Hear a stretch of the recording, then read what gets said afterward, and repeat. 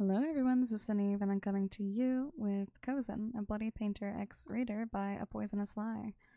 We're going to be starting off with Chapter 22. What's there to think about now? Every time you saw him smile, you couldn't help but feel sadness inside you. It was a guilty feeling, as if you couldn't do anything else to help him. Teachers wouldn't do anything, and he doesn't say anything to his parents. You didn't know what else to do, and you felt like you were going to fail him. You two were finally together after school, spending time with each other at a park that was nearby, sitting together on the bench.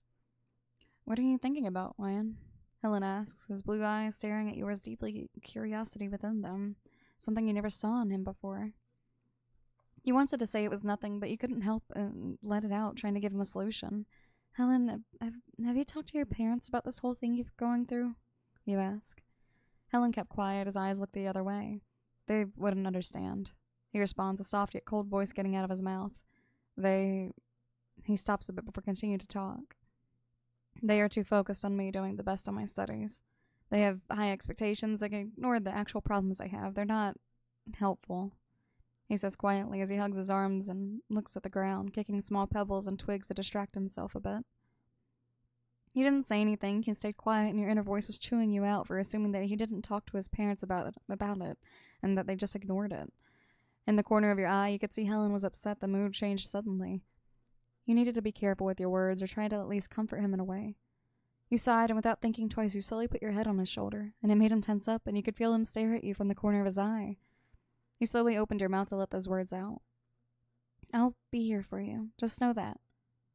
It was soft-spoken, but good enough for him to hear. And you felt comfort just by putting your head on his shoulder, feeling the soft fabric of his dark blue sweater as you stared off at the clouds. You didn't pay attention to Helen, but his face was beet red, his eyes shining as his heart was beating so fast. He felt like it was going to burst out of his chest just by hearing your words and the physical contact. He felt warmth and other feelings he couldn't describe, but he liked it a lot.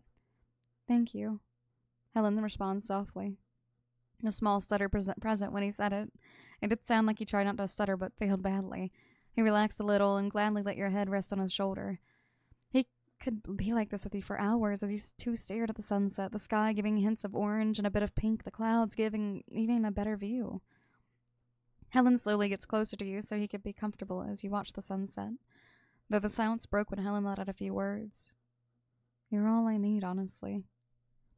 You quickly pick your head up and look at Helen. His face was still red, but the view of this place made him look more charming. The sun was making his skin look more smooth, and his blue eyes were more beautiful. You couldn't help but admire him. Your face started heating up a bit by looking at him and hearing those words. "I mean, you're all I need as a friend, of course. That's what I always needed in a friend, to be there for me." He struggled to explain. He was a stuttering mess, and he just smiled though, shaking it off and laughing softly. "I get what you mean," you respond, looking the other way. For a second you felt your heart beat, and you knew you didn't want to deny it, but it was very clear that you started to fall for him. Everything about him would bring your happiness. And seeing him smile would make you feel those cheesy and warm feelings, and of course you wouldn't admit that in front of him. The thought of telling him might even creep him out, so you stayed quiet. You sighed a little and got up from the bench, and Helen looked a bit confused, but then realized how late it was getting. "You should go home now, Helen," you say. But Helen quickly gets up and stands by your side. "Let me walk you home first," he says with a small smile. You couldn't help but smile too, and agreed for him to walk you home, but to at least spend a bit more time with each other on your way home. As you were walking with him, you noticed another kid walking at the other side of the sidewalk, Aiden. You quickly call out his name and wave at him, and it seemed to startle Aiden a bit, but when he noticed it, he was smiling at you, and made his way towards you and Helen. "Ryan, how are you?" he asks, but quickly stops when he noticed who was next to you. "Helen?" Helen stayed quiet, his face turned the other way, trying to avoid looking at Aiden completely. You were confused a bit as he saw Helen's mood changing. Helen turns to you and whispers in your ear, "I should get going, it's getting late." And without another word, he walks away. You furrowed your eyebrows and looked at Aiden, who was just as confused. You weren't sure what was just happening, but you walked back to follow Helen and ask what happened, leaving Aiden by himself. "Helen, what's wrong?" You ask a bit worried. "Nothing, go talk to Aiden if you want. It's getting late anyway, I should get going," he says in a dry tone. "I'll see you tomorrow, Ryan," he says and walks off. You were left confused with the strange behavior. He wasn't like that until Aiden appeared. Did something happen between them? Chapter 23. You turned to Aiden, who looked just as confused when he saw Helen walk off. "What happened?" he asks. I don't know," you respond. You frowned a little, then looked at Aiden in the eye. "Did something happen between you two?" you ask. Aiden quickly shakes his head. No, I barely talked to him, he says as he shrugs. You two started to walk together, then you quickly realized. So you guys have talked before then, you ask, as you picked up on him saying that he barely speaks to him. Well, Aiden trails off a bit and looks to the side. I've only done it as in small favors, like passing notes or I've missed anything in class or things that Tom told me to give to him. That's when you come to a quick stop.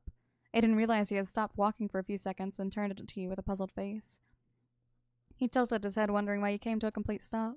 Aiden, did you ever see what were on those notes? You ask, your eyes widening a bit as you stared at Aiden, waiting anxiously for an answer.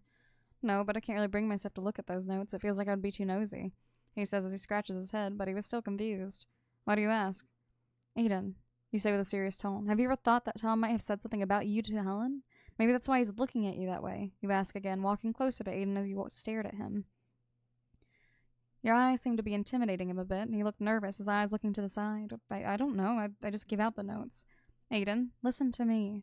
Your grip tightens on Aiden's shoulders, which made him jump and stare at you in shock. The reason Tom isn't talking to you anymore is because he knows what he did. He has been talking all this stuff about you behind your back. You yell out, your patience with Aiden's obliviousness slowly running out. Can't you see he was literally using you? You were so blind. Aiden quickly backs away, your hands letting go of his shoulders, his eyes furrowed as he looked at you.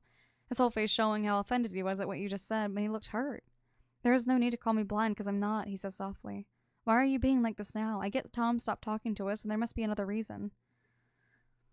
You quickly scoff, interrupting him. Stop trying to find excuses to defend his reasons, Aiden. You're always behind on stuff. You're always trying to somehow find something to defend Tom. At this point, you're just scared to let go of him. You say you started to feel bad at what you were saying, but it was too late, and at this point, you couldn't stop. You might have said that Tom's behavior was weird. You even said Helen would never be the type to steal, but that was the only thing I have ever heard from you, and since then, you haven't said anything about Helen. Because it's none of my business. Look, Tom might be mad at me right now, but that's just how friends are. He once again gets interrupted as you abruptly let out a laugh in disbelief.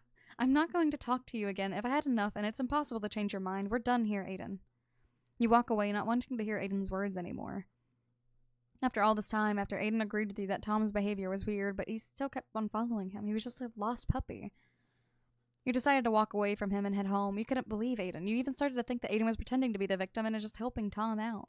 And you had enough of this. You open the door abruptly, startling your mom, who was busy on papers. This time, instead of going back to her work, she gets up from her seat and takes a look at you. "My Ann, what's wrong?" she asks, worried. "It's nothing, Mom. Sorry for scaring you," you say as you try to go to your room, but she stops you quickly and she takes a look at you.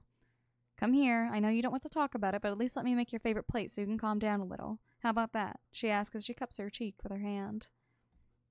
You smile a little and you nod, and you proceed to take a seat and wait patiently at the table as she made you food.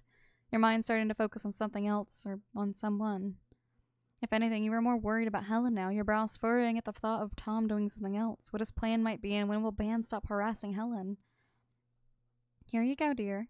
You felt time pass by quick as the delicious smell of your food instantly hits your nose. You were so deep in your thoughts that you didn't realize food was ready. "If you need anything else, I'll be in my room, alright?" Your mom smiles at you before leaving the kitchen. You breathe in deeply as you finally let your head clear a little. You finally take a spoonful of your food, the taste slowly melting in your mouth. It was nice to have some time for yourself, and you felt at peace for once. It's like you never moved in the first place and just having some sweet alone time. But the thought of Helen was coming back to you. What if you wanted to come over and try your mom's food? You were sure Helen would be treated so nicely by her. You wanted him here, and the thought of it made your cheeks warm a little. You quickly shake it off as you keep eating your food before it went cold. Maybe I could ask Mom if she could make something for him. Chapter 24. As you were eating your food, your mom sat next to you as she also had her plate with food ready. She noticed you were spacing out and smiled a little. "Is there something on your mind, Wyatt?" she asked as her eyes looked at you. That made you wake up from your small daydreaming and quickly shake your head. Oh, it's nothing, Mom. Just thinking about someone." You respond casually. You couldn't really lie to your mom, as she could tell when you were telling the truth or not. "He's a friend of mine. His name is Helen," you say, which made your mom's curious expression turn into a happy one. "Ever thought about inviting him over?" she asks as she eats her food, patiently waiting for your answer. "Well, I was thinking if you could help me make something special for him, actually," you say softly and smiled, a bit embarrassed to ask such a favor to her. She, of course, smiled. She was more than happy. She agreed with that and was more than okay to invite him over in a few days. A few days later. Morning finally arrived, the sun slowly creeping up, giving the clouds different shades of orange and a bit of red, a fresh new day to start a student's walk to making their way to school. your footsteps quick as you looked around for Helen, excited to talk to him. Though your excitement quickly dimmed when you saw two familiar faces from afar. It was none other than Tom and Aiden. Though as they were talking, Tom seemed to have a gloomy look on his face, and Aiden, he was easily convinced that something happened since Aiden was quick to believe in whatever Tom was saying to him. You couldn't make out what they were talking about, but it looked like Aiden was about to tear up when Tom finally walked away. Tom glanced at you with saddened eyes and quickly turned away. You were confused, and you looked at Aiden, who was staring at you back, and you furrowed your eyebrows a bit, guilt swirling around you as you remembered what you told him. You slowly walk up to him and just look at him. "Hey, Aiden," you say softly and look down. "Hey." Aiden responds back as he looked at the tiles of the floor awkwardly. "Aiden." You stop a bit and you look at him again. "Aiden, I'm very sorry about what I said about you days ago. I was just angry and You were quickly interrupted by a warm embrace. Aiden held your shirt tightly and you felt the soft and warm fabric of his hoodie. "No, I'm sorry for being oblivious to everything." Aiden responds in a muffled voice. You were confused as to why he was apologizing. He didn't need to apologize for anything. You hugged him back, accepting the warm hug from his. Though it didn't last long when you opened your eyes and locked them with a pair of blue eyes, not so far away from you. Helen was watching the whole thing, empty, cold eyes looking at you, and Aiden, you let go of him while your smile grew. Confused, Aiden looks at you and then turns around to see Helen. Aiden would be lying if he said Helen's stare wasn't scary. He was scared of him in general, but that glare was enough to make him back away from YN for a bit. "Aiden, I'll be right back. I'm going to talk to Helen." You walked away from Aiden to reach Helen. Once he saw you, your expression changed to a warm smile. "Hey, Helen, there you are. I've been looking for you." Helen's eyes widened a little, surprised that you were looking for him so early in the morning. He smiled as his blue eyes brightened, and he tilted his head in curiosity. "Were you really looking for me?" He laughed softly while you two started walking away from the crowd. "Of course. I just wanted to ask if you wanted to come over to my house sometime." You asked a little bit nervous, but you managed. Helen stopped and turned to you completely. A small but noticeable smile came from him and nodded. "I would love to," but then his smile changed to a serious expression. "Say, has Tom talked to you in the past few days?" he asks. You frowned a little and you shook your head, but still wondering why Helen asked you that. "Why do you ask?" Helen takes out a small note from his pocket and he opens it and shows it to you. "I'm still confused as to why he wants to talk to me now." "Meet me at the rooftop today after school. We need to talk." You squinted your eyes to take a closer look at the note, confused to see such a thing. Did he say something about me, or? "Well, he said he wanted to talk to you," Helen says as if he was just as confused. You furrowed your brows, confusion and concern growing more. "YN, can we talk?" Another voice joins in. It was Aiden, who just grabbed you gently by your arm to get your attention, and you quickly turned around, not noticing Helen's face changing from confusion to another sort of expression when he saw Aiden. You didn't notice since you turned around quickly to look at Aiden, but for Aiden, he looked a bit scared when he saw Helen's eyes glaring at him, and he quietly whispered to you, "Please?" You turned to Helen, who quickly exchanged expressions. "Hey, I'll talk to you later, okay?" You say and pat his shoulder. "Let's talk more after school, that is if you're still here before you go talk to Tom." That was the last thing you said and walked with Aiden to a more private place. Though Helen didn't like it when Aiden kept trying to keep you away from him, he felt left out. He felt a sort of jealousy when he saw Aiden near you, and he did not like it. It felt as if Aiden was doing it on purpose, and it was annoying. He hated Aiden. That is the end of those chapters for now. The chapter after that one is chapter 25. Let me know how you guys felt about that, and I will see you guys in the next episode. And until next time, bye-bye.